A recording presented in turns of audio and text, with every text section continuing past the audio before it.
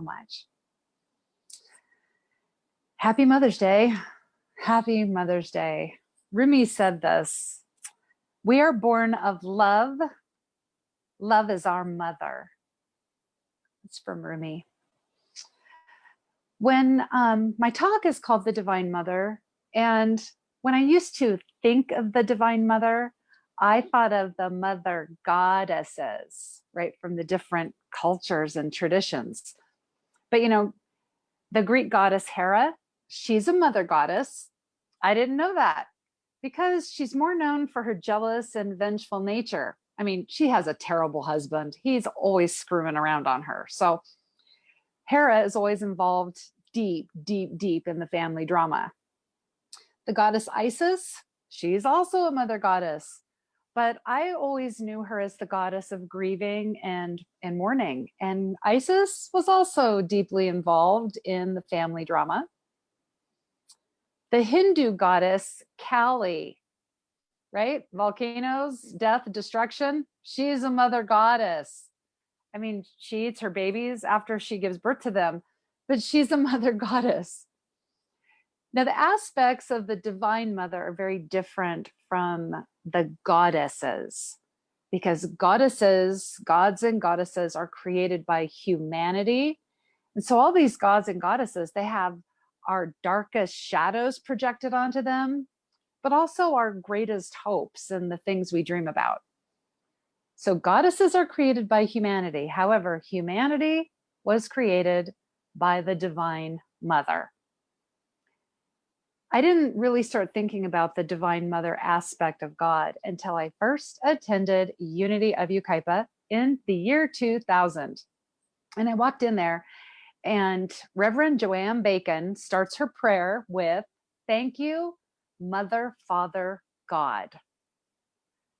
And I just thought, wow, that's kind of amazing. Like it's acknowledging the feminine principle of an unknowable force, right? This force that we call the all, that we call God, the all, original source, creative substance, the spirit of all things.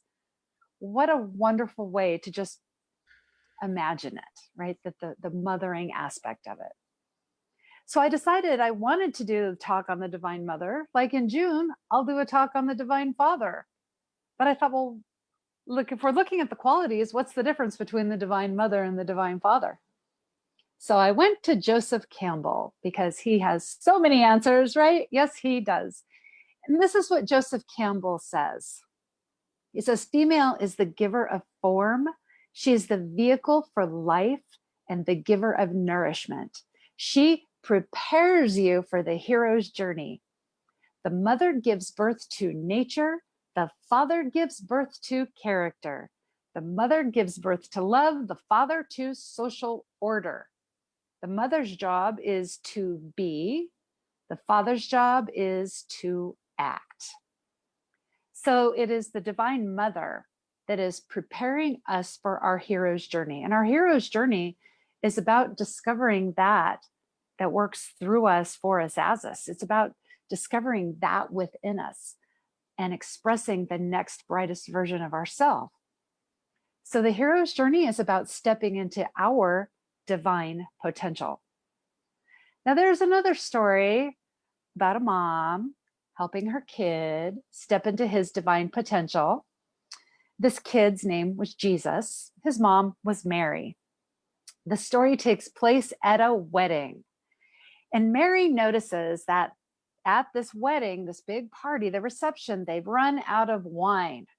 So she goes to Jesus and she says, "They have no wine." Jesus says, "What's it to you, woman? My turn has not yet come." Well, Mary doesn't even respond to him. Instead, she turns to the servants and she says, "Whatever he tells you to do, just do it. Whatever he tells you to do, just do it." And then we know Jesus eventually does turn the water into wine, and the wine is the most delicious wine, and it's such delicious wine that people are talking about it still 2,000 years later. So he, first of all, he says to his mom, right, "My turn has not yet come." How about us, right? when we feel called to do something, we know we could do it. I mean, we dream about it, but then we have our excuses as to why we're not doing things. We let things hold us back. We say, "Oh, my turn's not yet come." We can actually justify not being ready to do that next best thing in our life so we can express the next brightest version of ourselves. Now, Mary, she knew she could not make Jesus do anything, but she knew he could.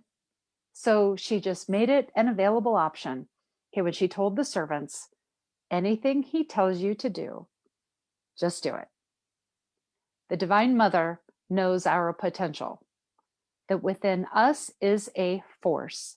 It's always available, anything that we need. This is the grace of spirit, the givingness of spirit, that anything we could possibly need in this moment is available to us. Whether that's guidance, courage, faith, wisdom, understanding, compassion, it's available to us. Now, we don't always take advantage of it, right? It's not my turn yet. Okay, we don't always take advantage of it. Sometimes we like to do things the hard way. Sometimes we like to do things the hard way. I received a package from Amazon yesterday, and I receive, packages from Amazon, and I always try to rip it open with my fingernails first, right? All that tape, I try to rip it open, even though from anywhere in my house, I could get to a pair of scissors in less than 15 seconds. Yet I will still try to rip off all of this unterrible tape. Last time my husband says, "Hey, can I get you some scissors?" I'm like, "No, I can do this." Sometimes we do things the hard way. We forget. We forget what's available to us. We forget how we can do things with grace and ease, but we choose not to. We forget, we lose our faith, and we've forgotten who we are. We've forgotten why we're here, and we've forgotten who sent us. We've forgotten what sent us. So the Divine Mother always sees our divine potential, but there's something else that the Divine Mother does, and that is comforts us, gets us centered back in truth. In the book of Isaiah, chapter 66, verse 13, it says, "As a mother comforts her child, so will I comfort you. You shall be comforted in Jerusalem." Jerusalem represents the place of our realization of spiritual power. It represents that peace within us, and it is right here. It is from the heart. It is our heart center. It is from the heart where spirit sends its radiance to all parts of our body, from the heart. So this is where we go to find peace, but we have to surrender to it. It's always present, always available to us, but we have to surrender to it. Now, I remember when my kids were little, like little infants, and they would cry or something would be bothering them. And I couldn't, as much as I wished for them to just rest and feel good and just feel nice and peaceful and be at ease in the world, I couldn't make them do that. But what I could do is I could hold my child, I could comfort them, I could breathe deeply. Like, I discovered that, a mom trick. Like, you breathe nice and deep and your child goes into sync with your breathing. But the child, the infant, the toddler, whatever age they are, they have to surrender to the peace provided to them. That's there, it's available, but they have to surrender to it. We cannot make them do that. So we must also surrender to be able to receive the comfort, the peace, the understanding that's available to us. It's available. It's right there. Okay, I go into my heart. I just breathe right from here. I close my eyes. I imagine being right there. Because when we go here and find peace, we bring this into sync with it. This is how we experience heart-brain coherence. This is a whole other study. You can go to the Heart Math Institute and read about what they're doing. But like in Taylor's meditation, right? The heart, everything is available through the heart. Okay, all that peace, the faith of the heart, that never goes away. That's never gone. So the Divine Mother, along with always reminding us, that our divine nature's there, seeing our potential, the Divine Mother provides comfort. We surrender to it. In the late 1800s, mothers were called upon to provide comfort for those who were struggling. Mothers were called upon to promote peace through unity and connection. Our communities were looking to the mothers. This came with the suffragette movement. Our communities were looking to the mothers to be a force for good and help others who were struggling. Okay, we had people preparing for war. People were struggling. Okay, so the mothers were called upon to help them because sometimes the struggle is so difficult. Sometimes the void feels so dark and so deep, we can't get out of there on our own. We need the light from somebody else.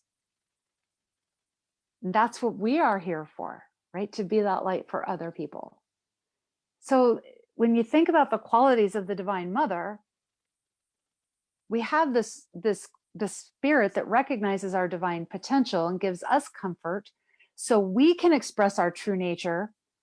But now we take this gift outside of ourselves and into our life to hold the light for others, because we are not on this journey alone. We are not here just for our personal entertainment, right? Just like, oh, I just want to do all these fun things and have a good time. We are here for each other. We are here for each other. This is why the greatest commandment from Jesus was love each other as I have loved you. Love each other. Okay, this world was made hand for a hand, a heart for a heart. That was the plan for this world. So within the Divine Mother are all of these qualities that we take as good through us, for us, as us, and we give them into the world. Now there's also a story of a Divine Mother made manifest in our world, on this planet, in the land of Mexico in the year 1531. She appeared because her people could not hold their own light. They had been so suppressed that they were deep in suffering. And this is the story of Our Lady of Guadalupe. See, the natives of Mexico had been conquered by the Spanish. And there was a huge, huge culture clash where the natives believed in the wisdom of the heart. The Spanish Christians believed in intellectual pursuits. Where the natives believed in the importance of living in harmony with the earth, the Spanish Christians believed in the earth as property, right? Earth is mine. I'm going to make some money doing something with it. The natives believed in the power of community. Okay, we do it together, no one left behind. But the Spanish Christians believed in individual salvation. Okay. Oh, I've got salvation, everybody. I will see you on the other side. Good luck. Hope you can make it. I'm out of here though. Okay. That's individual salvation. So the natives experienced this loss of freedom. The natives had their foundation pulled out from underneath them. They were suppressed, and this led to hopelessness because they were living in a life that they couldn't do anything about. So one morning, the peasant, Juan Diego, was out walking. He saw this light, heard some heavenly music, and the Lady of Guadalupe appeared before him, and she told him she was the Mother of God. She also told him to build a shrine right there on the spot so that she could bestow love and strength and compassion to anyone who came to her. So Juan Diego went to the bishop, but the bishop didn't believe him. The bishop wanted a miracle. So Juan Diego went back to the Lady of Guadalupe, and she told him to pick these roses, which were not native to Mexico. In fact, they weren't growing there at all at the time, called Castilian roses. He picked a bunch. She arranged them in this cloak that he had. Now, this cloak was made out of a weird fabric. Back then, it was like a cactus fiber fabric. The cloak could last 20 to 60 years, which is pretty durable compared to our clothing nowadays. But he wrapped these roses up in his cloak. He took them to the bishop, dropped the cloak on the floor. The flowers poured out. And on the cloak was the image of the Lady of Guadalupe. She was dressed as an Aztec princess with all the roses around her. This is the cape that is still on display at her shrine in Mexico. You know, as a side note, even Kodak went to investigate this, and they said this cloak defied their own technology. But you can find all kinds of stuff on that on the internet. But see, the Lady of Guadalupe represents the living presence that cares for her children, for all of humanity. She brought to them the gift of hope, courage, and healing. Because those people at that time, they didn't have any hope to change their circumstances. Their lives had a condition they couldn't change. They were suppressed. The best they could do was accept their circumstances, okay? And that may be a familiar story to you right now, okay? Accepting conditions that cannot be changed. But she gave them hope to thrive in conditions that they couldn't change. They could still thrive. They could still thrive. See, no one can start their hero's journey. No one can step into their divine potential if they feel broken. It's not that they just can't do it. It's just that if somebody feels broken, if somebody feels hopeless, they don't have the understanding that it's a possibility, that it's always a possibility, because the Divine Mother always sees our potential and always makes available everything we could possibly need. So right now, holding the light for another person, it's no longer just a calling. It's no longer just something we do. We want to feel spiritual about ourselves. It is our charge, because now we know better, right? We are awake in here. We are awake in here. We are awake. AF, we are awake in here right now. Holding the light is now our charge. It is our charge. And we hold the light by just leading by example. That's all. We just are a living example of what can be done. We're a living example on how we can move out of a struggle. We are a living example of how, yeah, there can be conditions that suck and we can't change them, but we can still thrive anyway. We can still do little acts of joy anyway. We are the example. We are in a new age right now. We are in a new age. What we do next matters. We are going deeper and deeper all of the time to this greater understanding of the divine within us, our divine nature, our Christ presence, right? The great I am, how it is right here, always available, okay? There's that within us that's always urging us, compelling us to reach into our divine potential and call it forth. It won't force us. It won't make us do it, right? If we want to say, it's not my turn yet, it's not going to make us do anything. But it makes everything we could possibly need available. Everything. And you know what? If we can do it, anybody can do it. Right? If we do it, anybody can do it. This is why it is our charge. It is our charge now, to being an example. When we forget, we just go back right here. Go back to our heart. Remind ourselves we are the activity of God in this world. That's what we were designed to do. It's why we're here, right? To be this divine activity and bring it out, call it forth through ourselves so that others can live by that example, so others can call it forth through them. When we call forth the divine through us, we remember it for other people. This is how we are a force for good. We go to our heart, we step into our divine potential, we receive this ever available good that's always available, ever available, always available. We are that force for good. which means we are going to see God as everywhere present. We will see God as the infinite source that it truly is, that everything that's ever been, everything that's yet to be comes from this infinite source. Everything on this planet right now is a divine expression of our Creator. All of these infinite expressions all come from one source. Now, when we are a force for good and we are seeing God in everything, well, once we see God where we didn't see God before, it changes us.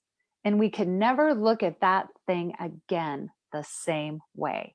When we see the divine behind something that scares us, but we choose to still see the divine seed in that, we'll never see it the same way again.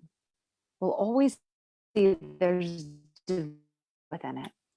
We look at a person or maybe a political leader that we don't like, or maybe we really dislike, but we choose to see that there's still a divine spark within them. That changes us. That changes us. Once we see the divine where we didn't see the divine before, it changes us and nothing is ever the same. Our divine charge to see God as everywhere present is what allows us to call forth God through everything present. It's why God can work through the conditions of a pandemic. It's why the Spirit of God can work through conditions of fear or anxiety or confusion. It's why the Spirit of God can move through anything. It's why a divine solution can be found anywhere and everywhere, because we first see the spark of the divinity within that thing. So if there's something crazy going on in our life, that's where we really want to see the spark of the divine, so we can call forth the divine solution through that thing. So we see God as everywhere present. That means us. That means everybody that we know, everybody we don't know. It just means everybody. We be the light for someone who can't be the light for themselves right now in this moment. So we can all go forward together, right? A hand for a hand, a heart for a heart. That's the plan for this world. And that is how we create heaven on earth. So until next time, remember, you are the activity of spirit in a body. You are the heart and hands of spirit in this world.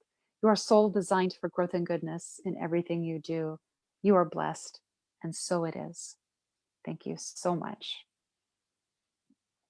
Thank you, thank you.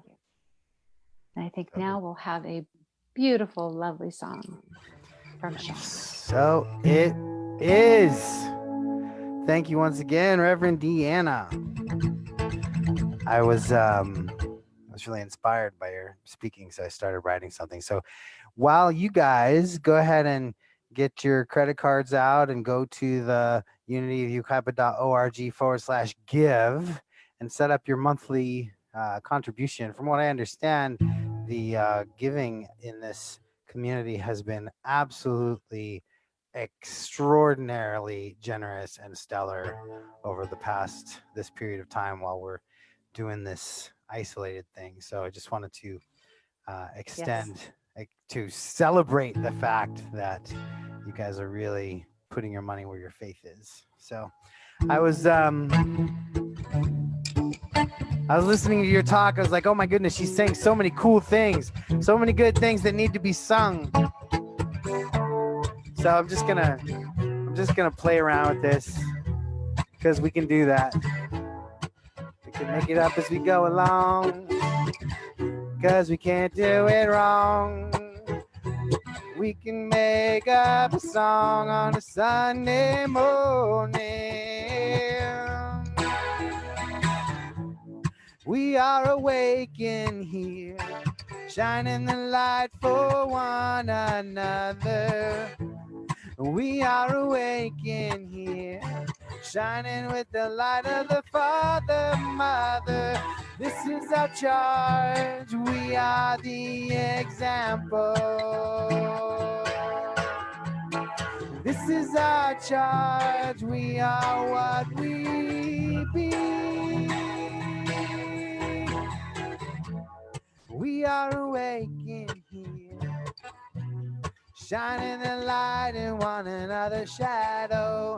We are awake in here, letting us know that it's safe to go where our hearts are leading us to take action to make the world a more beautiful place. And we know that we don't have to worry about saving face because we got grace. We got grace and we got the spirit flowing inside every one of our hearts. And we're jamming, we're jamming, we're jamming. Yeah, we're jamming, yes. This is our charge. We are the example. And what I do next matters. Yes, what I do next matters. So I'll do the next right thing and the next right thing and the next right thing and the next right thing right now, right now, right now, because I am the action and I am the movement and I am the hands and the eyes and the ears of God. I am the hands and the eyes and the ears of God.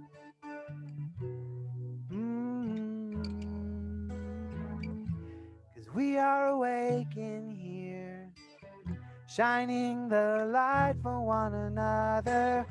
We are awake in here, shining with the light of the Father, Mother.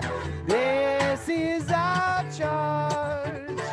We are the example, yes, this is our charge. We are the example. We are awake in